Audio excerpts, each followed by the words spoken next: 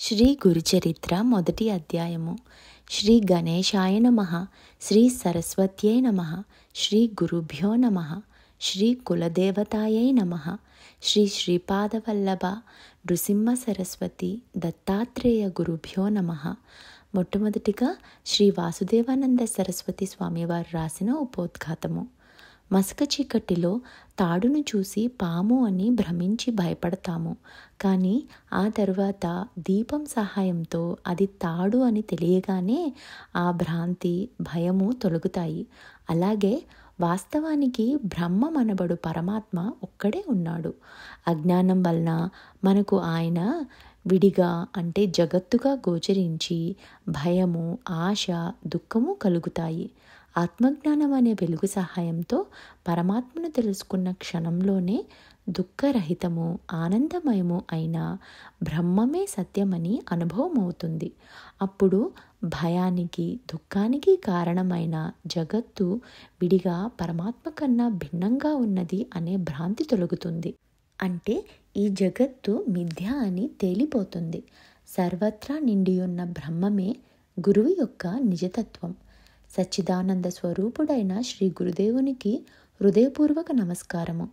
ఆ పరబ్రహ్మమే సత్యమైనది. అజ్ఞానం వలన దుఃఖంలో మగ్గుతున్న జీవులపై కరుణతో వాటికి ఆ దయానిధి తన నిజతత్వాన్ని బోధించడానికి అత్రి మహర్షి పుత్రుడై జన్మించి శ్రీ దత్తాత్రేయుడు అని పేరు పొందాడు. భక్తితో తనను ఆశ్రయించిన కార్తవీర్యార్జునుడు, యదువు మొదలగు వారిని ఈ సంసారం అనే దుఃఖసాగరం నుండి ఉద్ధరించాడు.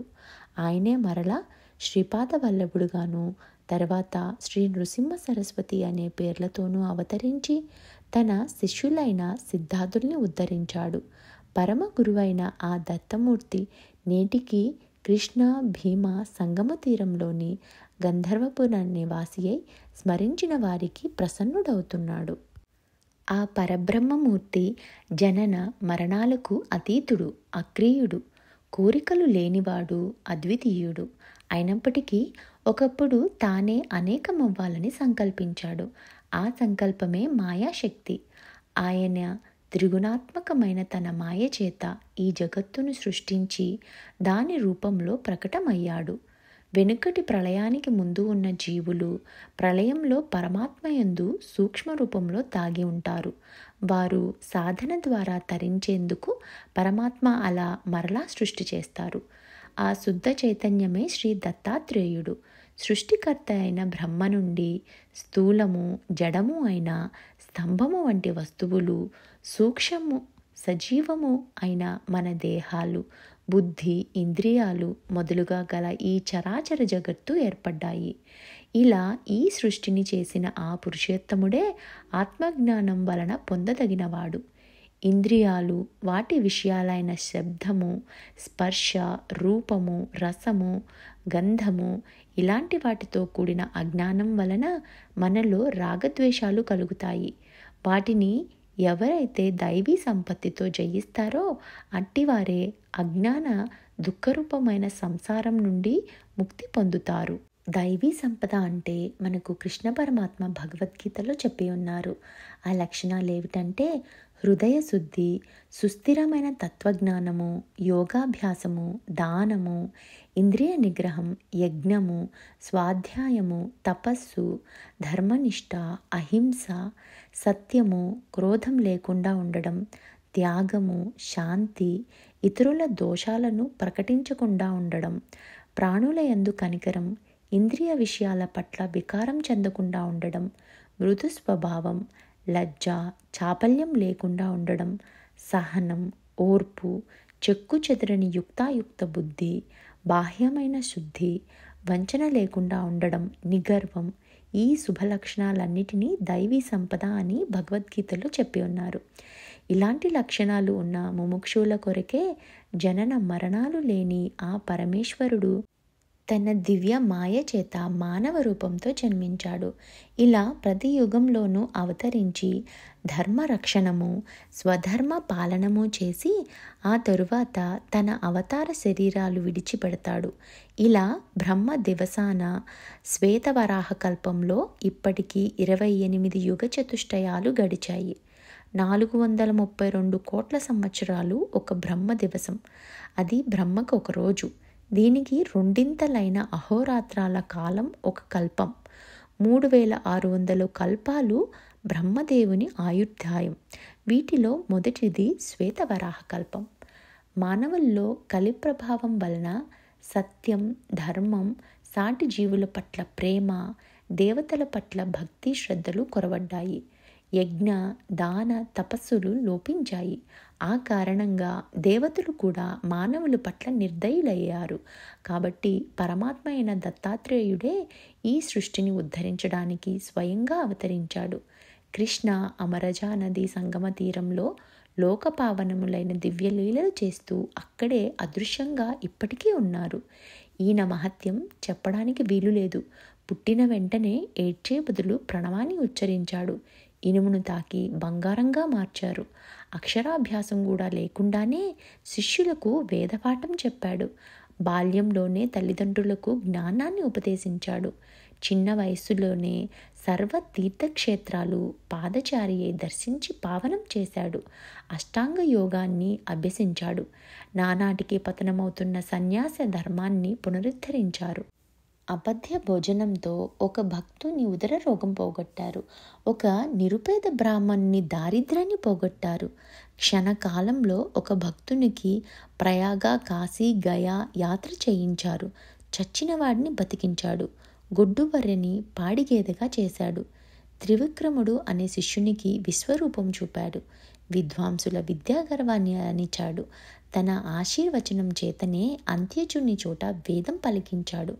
ఒక విధవరాలికి తిరిగి సౌభాగ్యం ఇచ్చాడు. కర్మభ్రష్టులైన ప్రజలకు పవిత్రమైన కర్మ మార్గం బోధించాడు.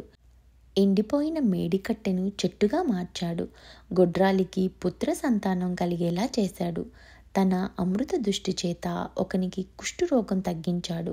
ఒక దీపావళి నాడు ఒకే సమయంలో 8 చోట్లకు వెళ్ళాడు.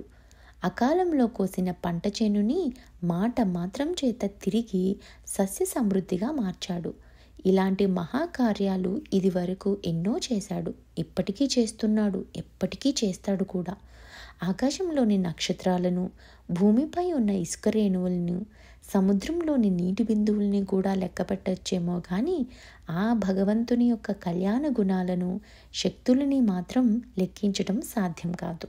భగవంతుడు నిజానికి రూపం లేనివాడైనా కూడా తన మహిమ మరియు తన కళ్యాణ గుణాల రూపంలో అవతరించి భక్తుని చెవి అనే ద్వారం గుండా అతని హృదయంలో ప్రవేశించి అతని దుష్ట సంస్కారం అనే పాపాన్ని దహించి వేస్తాడు. ఈ విధంగా క్రమంగా తన అంతఃకరణని శుద్ధం చేసుకున్న భక్తుడు జీవించి ఉండగానే ముక్తుడవుతాడు. సుఖదుఖాలనే ద్వంద్వాల చేత స్మరించబడక వాటి పట్ల నిర్లిప్తుడవుతాడు. ప్రారబ్ధ కర్మ రూపమైన అతడి దేహం నశించినా నశించకపోయినా అజ్ఞానం వలన ఉత్పన్నమైన సుఖదుఖ రూపమైన ద్వంద్వాలు ఇంకా మిగిలి ఉన్నా ప్రారబ్ధం అయిపోగానే పరబ్రహ్మాన్ని పొందుతాడు. సత్సంగం లేని వారికి, ఇంద్రియలోలులైన వారికి, ఆసురీ సంపద గలవారికి, తమోగుణ ప్రధానులైన మోహాంధులకు ఈ సత్యం తెలీదు.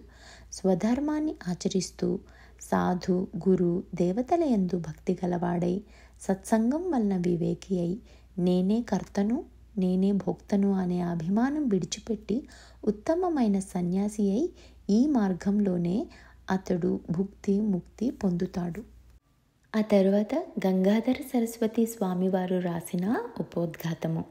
శ్రీ గురుని అనుగ్రహానికి పాత్రుడై సాకరే అనే పేర ప్రసిద్ధికెక్కిన సాయం దేవుడనే సద్బ్రాహ్మణుడు మా పూర్వీకుడు. ఆయనది ఆపస్తంభ శాఖ, కౌండిన్యస గోత్రం. వారి కుమారుడు దేవరావు. అతని కుమారుడు గంగాధరుడే మా తండ్రిగారు. ఆయన శ్రీ గురునికి భక్తుడు. మా తల్లి యొక్క తండ్రి గారిది అశ్వలాయన శాఖ, కాశ్యపస గోత్రం. ఆయన జన్హు భగీరథ మహర్షి వంటివాడు. మా తల్లి చంపాదేవి పార్వతీదేవిని పోలిన పతివ్రత. ఈ రచనకు ముందు నా తల్లిదండ్రుల పాదాలకు నమస్కరించి సద్గురువుని స్మరించడం వలన నా బుద్ధి ప్రకాశవంతమవుతున్నది. ఆ గంగాధరుని కుమారుడనైన నా పేరు సరస్వతి. వేదాధ్యయన పరుణులు, సన్యాసులు, యతులు, యోగీశ్వరులు, తపస్వులు, సద్గురు భక్తులు అయిన ఓ సుజనులారా, మీకు నా నమస్కారాలు. నేను మీ పాదధూళి వంటి వాడను. రచనా సామర్థ్యం లేని నేను కేవలం వంశపారంపర్యంగా శ్రీ దత్త అనుగ్రహం ఉండడం వల్ల, శ్రీ గురుని ప్రేరణ వలన మాత్రమే ఈ రచనకు పూనుకున్నాను. అమృత కుంభం వంటి శ్రీ గురు చరిత్ర నీకు ప్రసాదించబడింది. నీవి కథ రాయి. దాని వలన నీకు, నీ వంశస్థులకు కూడా సర్వము సిద్ధిస్తాయి అని శ్రీగురుడు నన్ను ఆజ్ఞాపించారు. భక్తులు స్మరించినంతనే ప్రసన్నులయ్యే శ్రీ నృసింహ సరస్వతి స్వామి ఆదేశం కామధేనువు వలె ఈ కార్యాన్ని నెరవేర్చగలదు. త్రిమూర్తి అయిన శ్రీ దత్తావతారమైన శ్రీ గురుని చరిత్ర అపారము. దానిని సంపూర్ణంగా చెప్పడం ఎవరి తరం కాదు. ఆయన ప్రేరణతో వ్రాసిన ఈ గురు కథను పారాయణ శ్రవణం చేసే వారి వంశం పవిత్రమై రోగాలు పీడలు లేకుండా కలకాలం సిరి సంపదలతో శోభిల్లుతుంటుంది. దీని సప్తాహ పారాయణ వలన వెంటనే కోరినవన్నీ ఫలిస్తాయి. ఇది నా స్వానుభవం. నేను అల్పుడనైనప్పటికీ శ్రీ గురుని అనుగ్రహం వలన నా నోటి నుండి వెలువడే ఈ దత్తాత్రేయ కథ అల్పమైన తేనెటీగ నోటి నుండి లభించే తేనెలాగా, విలువలేని ముత్యపు చిప్ప నుండి లభించిన విలువైన ముత్యంలాగా, కాకిరెట్ట నుండి మొలిచిన దివ్యమైన అశ్వత్థ వృక్షంలాగా అభీష్టాలు, జ్ఞానము కూడా ప్రసాదించగలదు. ఆ తరువాత ప్రస్తావన. ముముక్షువులు పూర్ణసిద్ధుడైన గురువును ఆశ్రయించి తీరాలని ప్రపంచంలోని సర్వ మత గ్రంథాలు, మహనీయులు చెబుతున్నారు.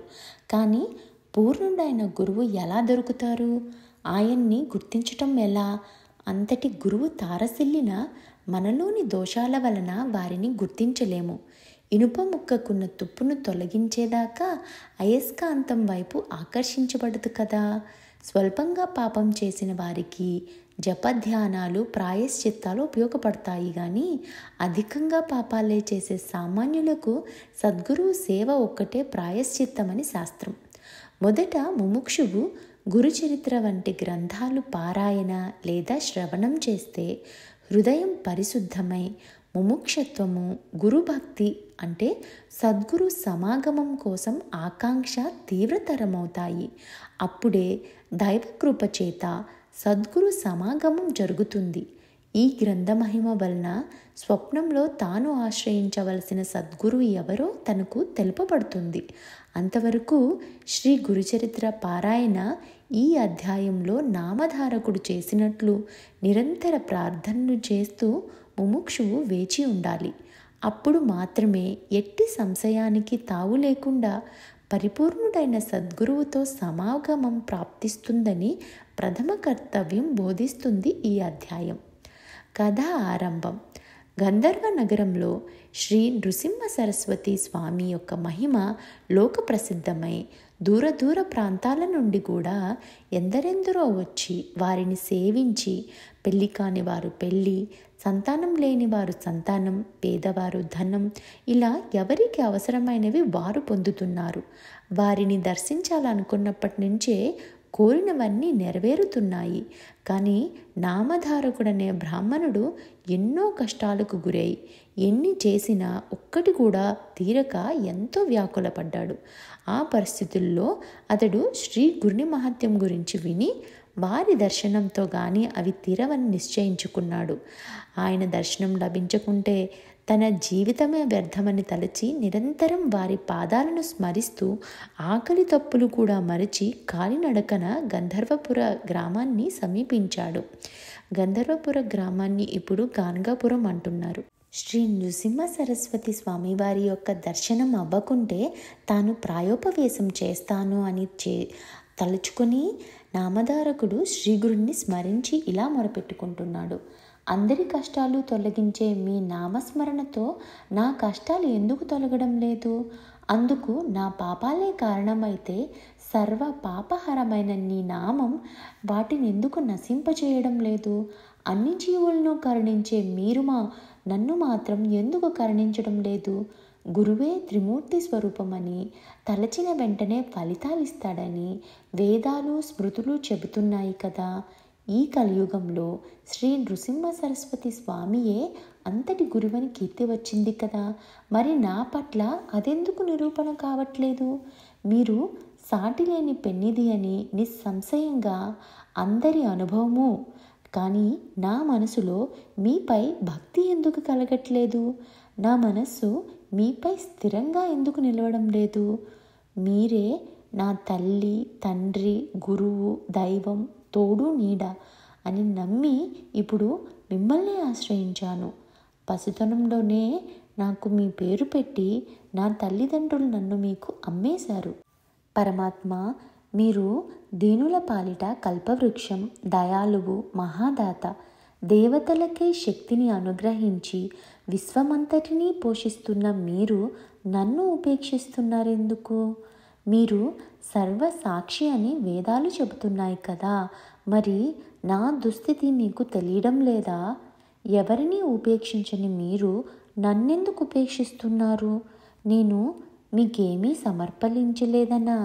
సాక్షాత్తు లక్ష్మీదేవియే సేవకురాలైన మీకు దరిద్రుడినైనా నేనేమివ్వగలను? బిడ్డ నుండి ఏం తీసుకుని తల్లి స్తన్యమిస్తుంది. నన్ను అనుగ్రహించే సమయం ఇంకా రాలేదనడం సర్వసమర్థులైన మీకు తగదు.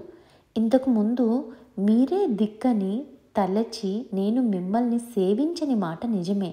కానీ సేవిస్తేనే ప్రసాదించేది దానం ఎలా అవుతుంది స్వామి? లౌకికుడినైన రాజు కూడా తన సేవకుల వంశంలో పుట్టిన వారిని రక్షిస్తున్నాడు. మా పూర్వీకులందరూ మిమ్మల్ని నిష్కామంగా సేవించినందుకైనా మీరు నన్ను రక్షించాలి. లేకుంటే సత్పురుషులకు ఫిర్యాదు చేసుకోనైనా సరే నా రుణం రాబట్టుకుంటాను. మీరు నాపై కాఠిన్యం వహించినట్లు తోస్తుంది.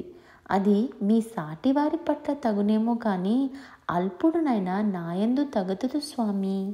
ఇందుకు కారణం నేను చేసిన తప్పులేమో. అజ్ఞానినైన నాకు దోషాలు చేయడం సహజమే. నా వంటి పాపి లేడు, కానీ మీ వంటి పాపహారకుడు లేడు. కనుక నన్ను ఉద్ధరించు స్వామి. ఒకవేళ నేను మీ గురించి ఆడిన నిష్ఠురాలే మీ కాఠిన్యానికి కారణమా? దయాసముద్రులైన మీరు అలిగిన బిడ్డని తల్లి బుజ్జగించినట్లు నన్ను బుజ్జగించాలి. కానీ నాపై అలిగి అనుగ్రహించకుంటే నాకు దిక్కెవరు? లేకుంటే నేను చేసిన తప్పేంటో అదైనా నాతో చెప్పొచ్చు కదా. ఏమైనా మీరు నా దోషాలను క్షమించి నన్ను దయ చూడాలి స్వామి. మీరే నాకు దిక్కు. మిమ్మల్నే నేను శరణ పొందుతున్నాను. చైతన్యమూర్తివి, దయానిధివి అయినా నీ కారుణ్యం ఏమైంది ప్రభు? మృత్యుముఖంలో ఉన్న నన్నెందుకు ఉద్ధరించకుండా ఉన్నావు? ఇలా దారి పొడుగునా నామధారకుడు అనేక విధాలుగా శ్రీ గురుణ్ణి ఆర్తితో ప్రార్థిస్తూ వెళ్ళి చివరికి శోష వచ్చి గంధర్వపురం అంటే గానగాపురం దగ్గర ఒక చెట్టు కింద పడుకున్నాడు. అతనికి నిద్ర తూగినప్పుడు కలలో కూడా శ్రీ గురుణ్ణే స్మరిస్తున్నాడు. ఆవు తన నెడబాసి ఆర్తనాదం చేస్తున్న దూడ దగ్గరికి వాత్సల్యంతో పరుగున వచ్చినట్లు భక్తుల పాలిటి కామధేనువైన ఆ పరమేశ్వరుడు అవధూత వేషంలో నామధారకునికి స్వప్నంలో దర్శనమిచ్చాడు. ఆయన జడలు, విభూతి, పులి చర్మము ధరించి ఉన్నాడు. నామధారకుడు కలలోనే స్వామికి సాష్టాంగ నమస్కారం చేసి తన పొడవైన జుట్టుతో వారి పాదాలు తుడిచి వాటితో అభిషేకించి గంధం అలంకరించి పూజించాడు. ఆ దర్శనంతో అతని హృదయం శాంతించి అతని మనసులో ఆ రూపం స్థిరంగా నిలిచింది. అప్పుడు ఆ యోగీశ్వరుడు అతన్ని లేవనెత్తి ముఖాన విభూతి పెట్టి తలపై చేయి ఉంచి ఆశీర్వదించాడు. ఆ వెంటనే అతనికి మెలకువ వచ్చింది. అయినా తన తలపై ఆ అవధూత చెయ్యి పెట్టిన అనుభవం అలానే ఉన్నది. అతడు ఆశ్చర్యపోయి చుట్టూ చూశాడు. అక్కడ మరెవ్వరూ లేరు. అప్పుడతడు లేచి తనకు స్వప్న దర్శనమిచ్చిన ఆ గురుమూర్తిని స్మరిస్తూ ముందుకు సాగిపోయాడు. ఇంతటితో మొదటి అధ్యాయం సమాప్తం. శ్రీ దత్తాయ గురవే నమః. శ్రీ శ్రీపాదవల్లభాయ నమః. శ్రీ నృసింహ సరస్వత్యై నమః.